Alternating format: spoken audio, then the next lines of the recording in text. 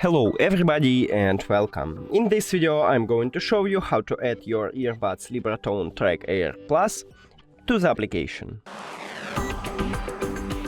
Firstly, we should pair these headphones with a phone, so open settings, go to Bluetooth or connected devices if you have Android, and also if you have Android, click pair new device. After that, open the charging case, and the headphones should enter to prank mode automatically, but sometimes it didn't happen, so press and hold this connectional button for at least 2 seconds. Now this LED light starts flashing and we can see it at the device list. Click on it. And now it asks to add the right one. So click pair again.